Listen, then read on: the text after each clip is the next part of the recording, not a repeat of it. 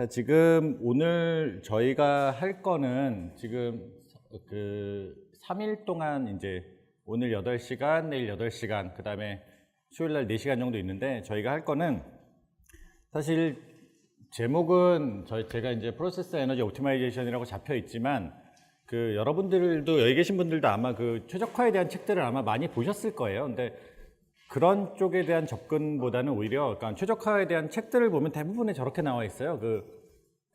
뭐 공정을 최적화해서 돈하고 얼마나 최적화시킬 수 있느냐라는 그런 항상 곡선들을 걸어가면서 접근을 하는데 제가 여러분들하고 해보고 싶은 거는 사실은 그러니까 3일 동안 할 것들은 실질적으로 처음에 디자인하는 부분에서도 있지만 어떤 공장이 있을 때 이미 돌아가고 있는 공장들이 있을 때 그것들을 어떻게 하면은 최대한 뽑아낼 수 있을까라는 부분으로 좀 접근을 할 거예요. 실질적인 부분에서 여기가 뭐 저희가 디자인할 때 마진을 얼마 줬으면 그 마진을 최대한 어떻게 뽑아낼 수 있을까, 그 다음에 뭐 열교환을 어떻게 하면 더 할 수 있을까, 아니면 뭐 생산을 얼마나 더 할 수 있을까, 뽑아내는 방법들에 대해서 되게 오버롤한 것들을 이제 저희 교재에다 쭉 담아놨고요. 사실은 어떻게 보면 같이 읽어보셔도 돼요. 가지고 3일 동안 이제 어떤 일들을 할 거냐 하면은요, 이제 뭐 예제가 아니라 컨텐츠라고 만들었는데 처음에는 당연히 오버뷰 하는 정도로 시작을 할 거고, 그 다음에 이제 에너지 인텐시티라는 말들은 되게 간단하게 넘어갈 거예요. 공장에서 어떻게 에너지를 측정하느냐에 대한 것들을 얘기를 드릴 거고, 그러고 나면 사실 저희가 공정 최적화하는 부분에서 남아있는 장치들은 되게 간단합니다. 생각보다. 열교환기 아니면 컬럼이에요. 여러분들 학교에서 배웠던 실질적으로 운전하면서 쓰시는 것들, 열교환기 컬럼들을 어떻게 해서 최대한 더 최적화 내지는 어떻게 하면 더 그러니까 퍼포먼스 더 뽑아낼 수 있는가에 대한 얘기들을 계속 할 거여서, 세 번째 있는 게 이제 열교환기 퍼포먼스를 체크하는 방법들에 대해서 같이 얘기를 할 거고, 그 다음에 네 번째에서 뭐 여러분들 뭐 얘기 뻔히 다 들으셨겠지만 아시는 거지만 열교환기 핀치에 대한 얘기를 아주 간단하게 그냥 진행을 하겠습니다. 열교환기 핀치는 너무 좋은 방법이지만 실제에서는 좀 다른 방법으로 쓰일 수밖에 없어요. 혹시 이미 공부하신 분들이 있으실 것 같은데, 그래서 처음 예제는 사실은 그 레벨을 같이 맞추려고 그냥 열교환기 핀치에 대한 아스펜텍 그냥 매뉴얼을 갖고서 이제 혹시 안 해보신 분들 계실 것 같아서 그거를 그냥 같이 하는 걸로 일단 시작을 할 거고요. 그래서 그거를 해놔야지 그 다음에 똑같은 방식으로 컬럼 얘기를 할 수 있어가지고 그게 아마 첫 번째 예제가 될 겁니다. 그건 예제는 그냥 아스펜텍 사이트에서 제가 그냥 받아왔어요. 그래서 그 부분에서 일정 부분만 할 거고요. 그래서 하고 난 다음에 다섯 번째에서 그러면 공장에서 어떻게 다른 장치들을 안 칠 것이냐 하는 얘기들을 할 거고요. 그 다음에 그러고 나면 이제 컬럼으로 넘어가게 되죠. 컬럼으로 넘어가서 디스틸레이션에서 그걸 체크하는 방법들, 디스틸레이션 측정하는 방법들, 그 다음에 여덟 번째 CGCC라고 써놓은 게 이제 열교환기 핀치랑 똑같은 개념에서 컬럼을 분석하는 방법들이 있거든요. 그거에 대해서 간단하게 얘기할 거고, 그 다음에 마지막으로 디스틸레이션 시스템에 대해서 얘기를 한 다음에, 원래는 사실은 그 다음에 뭐가 들어가야 되냐면은 공장에서 저희가 아무리 에너지를 단위 공장에서 줄여놓는다고 해서 줄여놓는다고 하더라도 저쪽 보일러 시스템들, 스팀 만들고 하는 쪽에서의 최적화가 안 돼 있으면은 실질적으로 그런 일들이 되게 많이 벌어져요. 공장에선 이쪽에서 에너지 쪽에서 내지는 막 예를 들어서 에너지 쪽에서 막 스팀을 다 줄여놨는데 끝내 저쪽 보일러 쪽에선 벤트하고 있는, 어떻게 처리 못하고. 그래서 최종적으로는 그쪽이 가야 되는데 지금 그 부분에 대해서는 그냥 간단하게 좀 설명을 드리는 걸로 해서 10번, 10건 챕터 10이 있을 예정입니다. 그런 정도로 진행을 한다라고 보시면 될 것 같고요. 일단 시작하기 전에 저희가 오늘 하고 내일 계속 시뮬레이션들하고 이런 것들을 계속 할 건데 혹시 다 되시는지 한번 체크를 좀 먼저 해보시는 게 좋을 것 같아요. 아스펜텍, 아스펜 플러스랑 그 다음에 에너지 옵티마이제이션들 혹시 다 되시는지, 그걸 다 맞춰놓고 해야 되니까. 지금 다 셋업이 다 돼 있나요? 안 돼요? 누구 조교분들이 좀 봐주셔야 될 것 같은데요. 그걸 좀 다 맞춰놓고서 시작을 하겠습니다. 다 되세요? 나머지 분들은? 안 되는 분들 얘기를 잠깐. 저희가 쓸 프로 소프트웨어가 아스펜 플러스랑 뭐 혹시 하이시스가 더 편하시면 하이시스를 쓰셔도 되는데 그냥 아스펜 플러스로 쓰셔도 될 것 같고요. 그 다음에 아스펜 에너지 아날라이저라고 되어 있죠. 요즘은 그 두 개 정도만 일단 되면은 큰 무리가 없습니다. 그래서 되는지 한번 확인을 좀 해주세요. 다른 분들 아직 오시는 분들이 있으니까 좀 시간도 끌 겸 그거부터 체크하고 가시죠. 일단 접근을 시작할 때 항상 저희 일하는 사람들마저도 이제 되게 혼란스러운 표현들이에요. 사실은 에너지랑 프로세스가 최적화되어 있다는 표현이 사실은 개인적으로 엔지니어들끼리는 최적화란 말이 참 쓰지 말아야 되는 표현이라고 저는 개인적으로 생각을 해요. 무슨 뜻이냐면은 되게 그 거창한 표현이 되는 것 같긴 하지만 실질적으로는 아주 저희가 정말 최적화시켜서 뭘 접근을 하기가 되게 어려운 상황들이라는 거죠. 가지고 그 현재 그때그때 상황들에 맞춰서 최대로 뽑아내는 거란 접근으로 저희는 시작을 하고 있거든요. 그래가지고 그렇다면 사실은 에너지와 프로세스가 최적화되어 있다는 표현 자체가 둘이 사실 어떻게 보면 상충을 해요.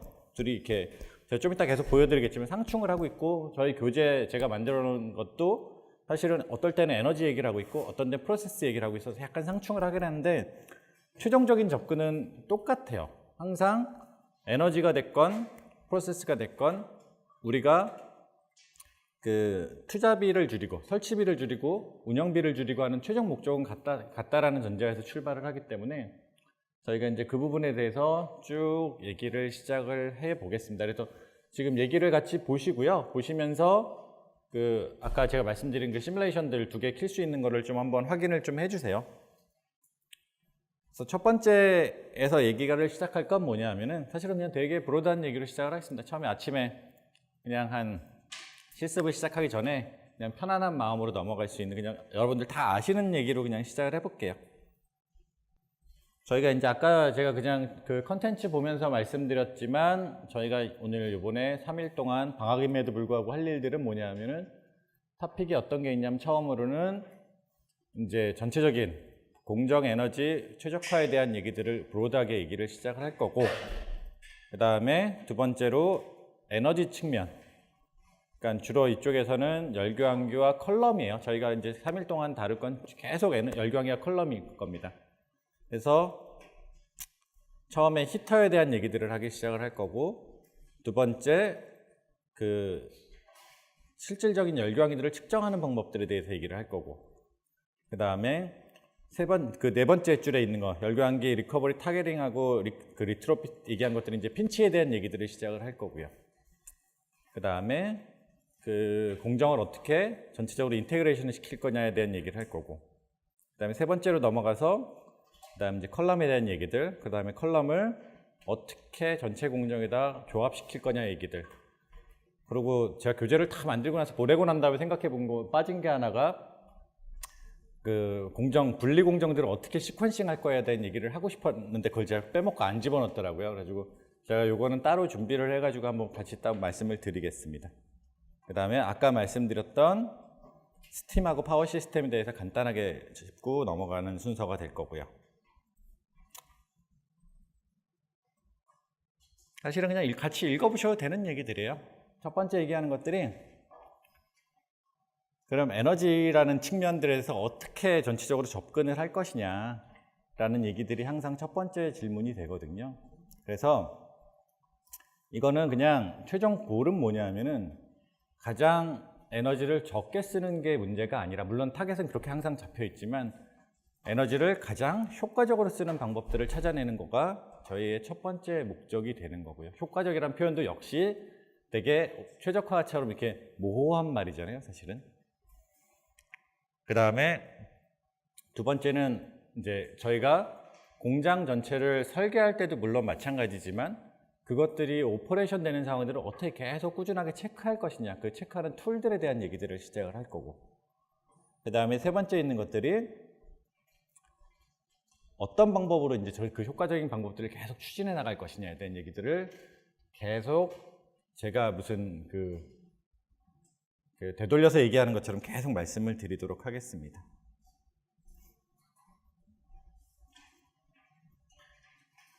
또 같은 얘기예요, 사실. 그 다음에 그 중간중간 숨어져 있는 것들을 어떻게 찾아낼 것이냐 그 숨어져 있는 것들을 찾아내서 어떻게 공정들을 최대한 더 뭐라 그럴까요? 계속 극한으로 밀어내는 거예요.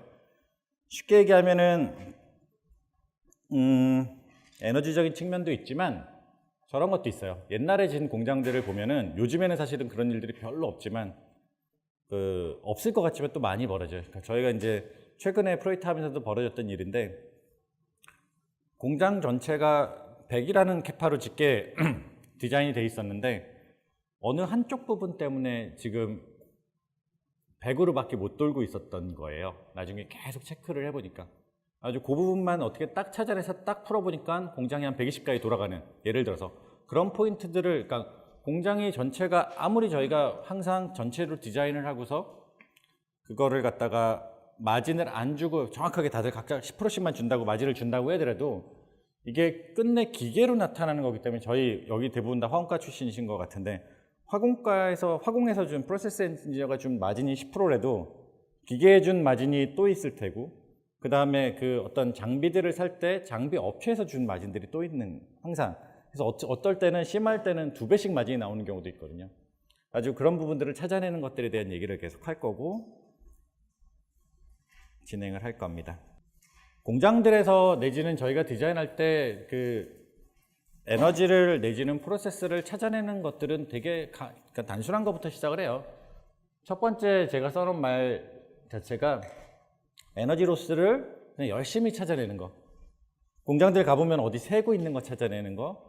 저것들만 해도 되게, 항상 여러분들이 나중에 혹시 취업을 하시게 되시거나 공장에서 오신 분들 있으시면 맨날 돌아다니면서 스팀 트랩에서 혹시 새는 거 찾아내고 하는 것들이 계속 벌어지거든요. 그건 이제 늘 벌어지는 일들이고, 그 다음에 두 번째 하는 것들이 공장 자체에서, 그러니까 뭐라 그래야 될까요? 그러니까 여러분들이 나중에 보면은 저희가 이제 프로젝트를 하러, 이제 최적화 프로젝트를 하러 들어가서도 이제 그 운전하시는 분들과 계속 인터뷰를 하면 어떤 일들이 벌어지냐면은 계속 좀 이렇게 저희 옛날에 어른들 말씀 저런 거 있잖아요. 그 훈수 두는 사람이 약간 좀 더 잘 보일 수 있다라는 거. 저희는 지식이 없거든요. 그분들이 뭐 공장 운전을 20, 30년 하신 분들보다 저희가 많이 할 수는 없거든요. 근데 그분들이 맨날 그거에 익숙해지셔가지고 약간 한 발자국 떨어져서 보면은 그런 것들을 찾아낼 수 있는 여지들이 조금씩 생겨요. 되게 막연하게 말씀드리는 것 같긴 하지만. 그래서 공장을 뭐 두 번째 있는 것처럼 오퍼레이션 자체를 이렇게 좀 하는 방법들이 있고, 그 다음에 이제 또 저런 것들도 생겨요. 이번에 최근에도 한번 벌어졌었는데, 뭐 분리하는 데 있어서 그 컬럼 시퀀시 하는 데 있어서 컬럼 하나가 되게 바틀렉으로 작용을 하고 있었던 거죠. 근데 알고 봤더니 저기 공장에 놀고 있는 컬럼이 하나 있어요. 아주 걔를 이렇게 살짝 끼워 넣으면서 전체를 다 바틀렉을 풀어버렸던 그런 경우들도 있고요. 그럼 계속 저희가 얘기를 하면서 찾아내는 거죠. 그 다음에 세 번째 있는 것들이 아까 말씀드렸던 핀치 같은, 사실 핀치를 딱 실무에 적용해 쓰기는 좀 어렵습니다. 근데 그 리파이너리 쪽에서는 뭐 오늘 보니까 참석자 명단 보니까 오일뱅크에서 오신 분들이 계신데, 리파이너리 쪽에서는 핀치가 좀 쓸모가 있어서 여러 가지 적용할 경우들이 좀 있는데, 페트로케미칼에서는 딱 적용하기가 좀 어려운 사항들이 좀 있어요. 거의 대부분의 경우에. 하지만 어쨌든지 간에 핀치를 갖고서 이제 하는 것들이 있고, 그 다음에 마지막으로 뭐 어떤 좀 새로운 기술들을 적용하는 방법들. 그래서 저희가 여기 마지막에 제가 파란 글씨로 써놓은 것처럼, 그러니까 3일 동안 계속 이 얘기들을 진행을 하겠습니다.